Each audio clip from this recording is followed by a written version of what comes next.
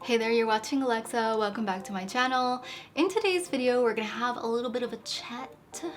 I am going to be talking about why I'm not planning to buy any makeup anymore, at least for this year and possibly longer, depending on how this goes. I only had one purchase in 2021, which was a Beauty Bay order for the Wilderness, the Age of Opulence, a Sample Beauty palette, and then another quad, and then that was it. I did receive a couple of things in PR, but overall I just don't I don't care about what's coming out at all. I will occasionally look at pictures and think, wow, that's really pretty, but I also know that it makes no difference once it gets onto my face. A blush is a blush. If it's peach, it's peach, and if it's got a shimmer, it's got a shimmer, but I am fairly sure that I could dupe it in some way, shape, or form if I really wanted to, because I have two pieces of IKEA Alex drawer furniture drawer sets filled with makeup that is just living there and dying as I am not using it. So I'm in this whole sort of play with what I have, cut my losses, and just kind of not feed into it anymore. How many of you can relate to having clothes in your closet with tags, or makeup that you've only dipped into once or twice or tried on at home? I'm sure if you're watching this video, your hand shot right up in the air. No, it didn't, because we're not in school. Nobody's in school. Not in person anyways. It doesn't feel good. It doesn't. I don't enjoy that feeling at all. It makes me feel like I wish I had that money that is right there, as opposed to this like random piece of plastic with a bunch of powder in it. I have been a beauty blogger for over 12 years. It fed my shopping addiction for a few years, and then it dwindled off. I almost feel like I owe blogging for my worst shopping habits, and also simultaneously this new kind of becoming of me, because in 2018 that was when I started to declutter, and I started doing Project Pan in 2019. I did a no buy in 2020 and last year as well, minus that one purchase that I did. I talked about shopping addiction on my channel, some of the ways to cope with it. So if you want to check that out, I'll link it in the cards. I did a makeup inventory in 2021 in April. I was wearing this shirt in that video too. Haha, kind of weird. Full circle. Not really, no. The consequences of overconsumption are more than just environmental. I feel like they're personally damaging to your psyche. They don't fulfill me. They never fulfilled me, and I had this like weird habit of shopping as a coping mechanism to not deal with things that I should have been dealing with instead. I do like to glam up though, because I feel like that's different. That makes me feel good. But between you and I don't think anyone on the street is looking at me thinking, oh, that eyeshadow, that's what makes her that girl. Whereas there's so many brands right now that are really pumping up that sort of marketing of, you know, this is gonna be the thing that makes you look like the it girl. You've seen that aesthetic on Instagram, that girl. Anyways, glamming up is as far as my love for makeup should go. That's it. I don't care what it comes in, who it's by right now. I mean, obviously, if I were putting my money where my mouth is, ideally I would be picking brands that line with my values, but how can you even know, really?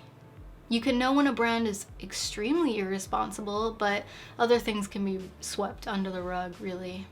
I would much rather have the financial security and have less decision fatigue and know that I'm using and loving the current things that I own. I noticed in the past, and I still do this, don't get me wrong, I'd find myself saving things for special occasions, a dress, a lipstick, whatever. After having gone through 2 years of physical lockdowns, now that idea just seems so stupid. Like, why was I doing that? You know, why? I know I'm not the only one, so I'm gonna say, why were we doing that? Why were we saving things for a day or an occasion that you don't know is ever going to come? And likewise, sometimes I was saving a specific item for a certain type of night out, and said night out would come and pass, and I would have just gravitated towards that same basic look that I knew was my go-to look for that kind of an occasion. And so I would forget that special thing that I had left aside just for that occasion. It's just, what?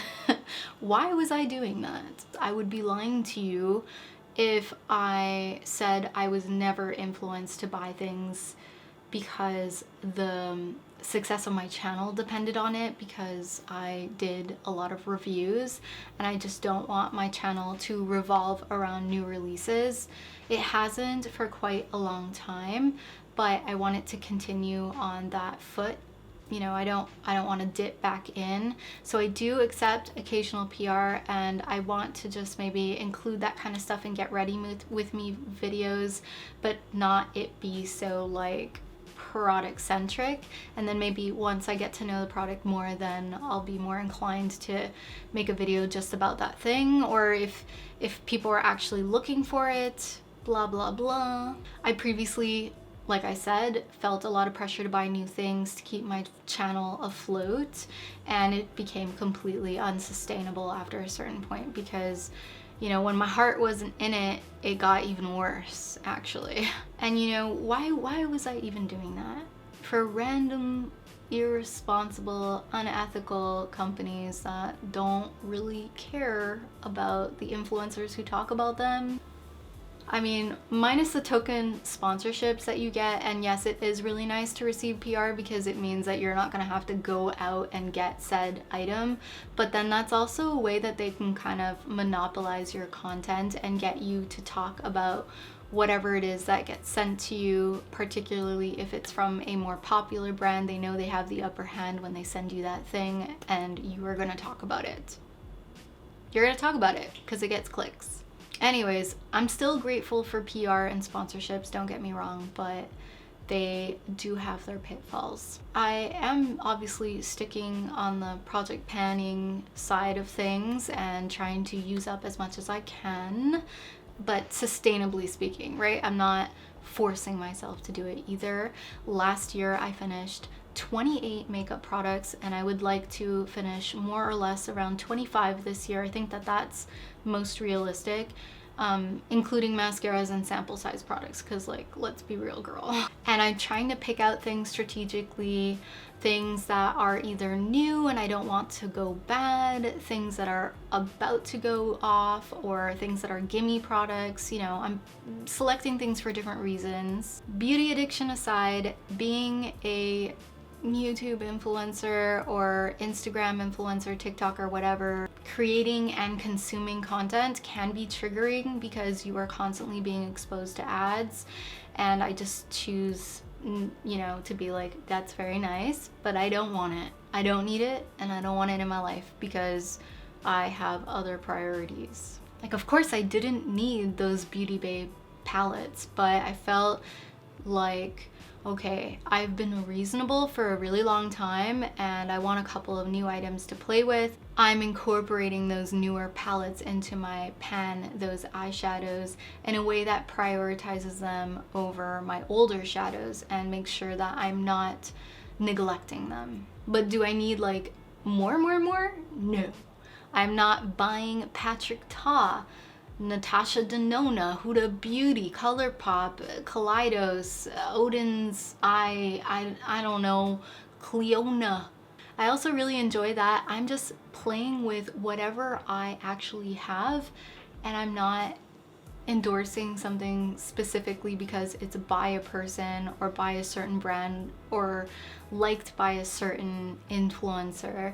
I could care less about brand drama right now or influencer drama. I find that the way the industry is going with how cosmetic surgery and filters and makeup are all mishmashed together, it's weird, and it makes me really uncomfortable to be honest. So that is my spiel today. I hope that you guys enjoyed this video.